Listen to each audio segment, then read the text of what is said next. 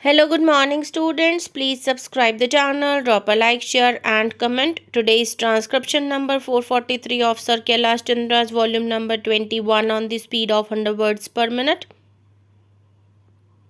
Start. May I now turn to some of the specific issues that have been raised in the course of the debate?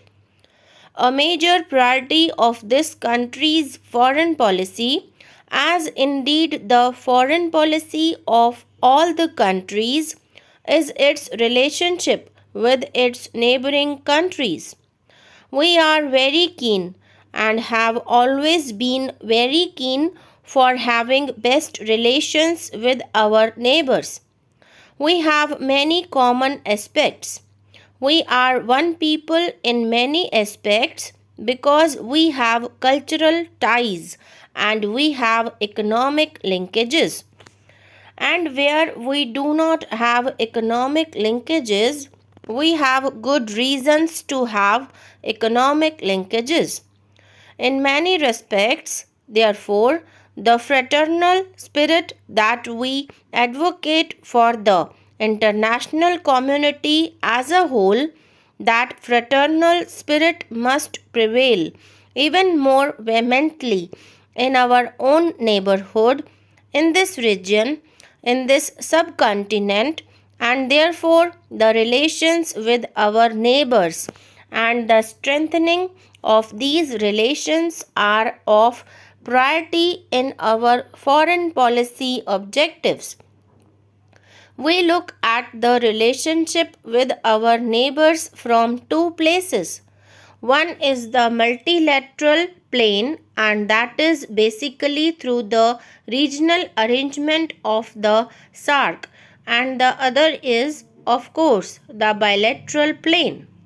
As far as SAARC is concerned, I would like to submit here that the recent SAARC summit held in Colombo last December, we hope will impart economic content to growing cooperation amongst the South Asian countries within the SAARC framework.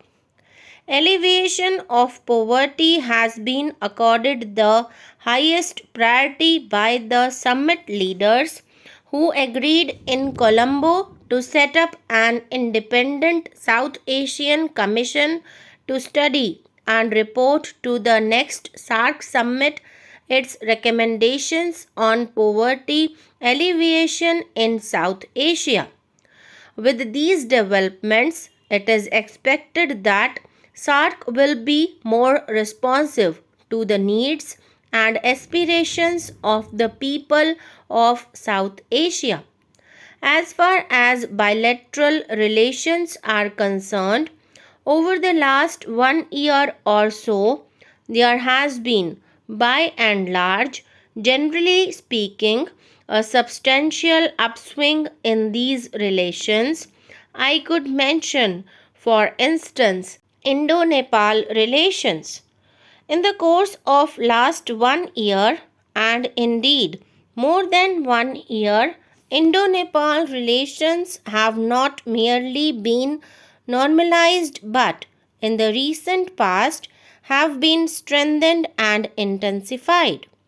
During the Nepalese Prime Minister's visit to India in December 1991, substantial progress was made in identifying concrete areas and mechanisms or mutually beneficial bilateral cooperation between India and Nepal. As many as 5 treaties and agreements were signed between the two countries for cooperation in a large number of areas such as trade, transit, control of unauthorized trade, agriculture, education, science and technology. A number of decisions were taken for cooperation in the key area of water resources development.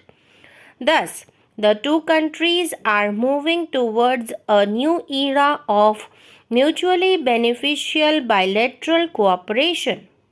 In short, I may say that our relations with Nepal are at a splendid high level, and perhaps they have never been as good as they are now.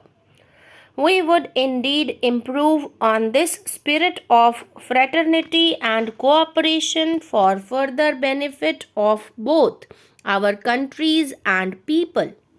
As far as Sri Lanka is concerned, the meeting between our Prime Minister and President Premadasa in December 1991 on the occasion of the SAC summit gave a further boost to bilateral relations and enabled discussion of issues of concern.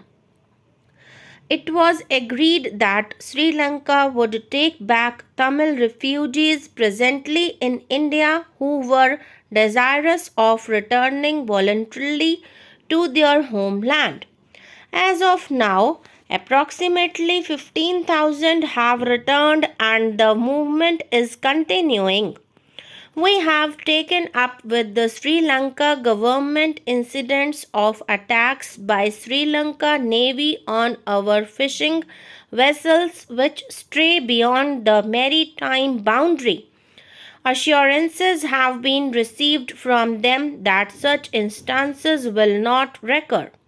At the same time, it is necessary that our fishermen be advised to confine their fishing activities to the Indian side of the maritime boundary.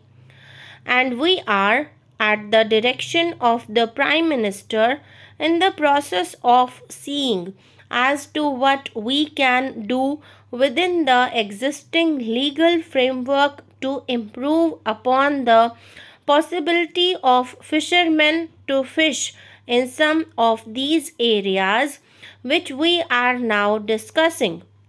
Now, I come to Pakistan. Unfortunately, in spite of our good wishes and in spite of our keen desire, I am not in a position to report to the House that our relations with Pakistan are in a very good condition. The crux of the problem remains Pakistan's continued support to terrorism and subversion directed against the Indian states of Jammu and Kashmir and Punjab. Assurances conveyed by Pakistan in this regard remain to be translated.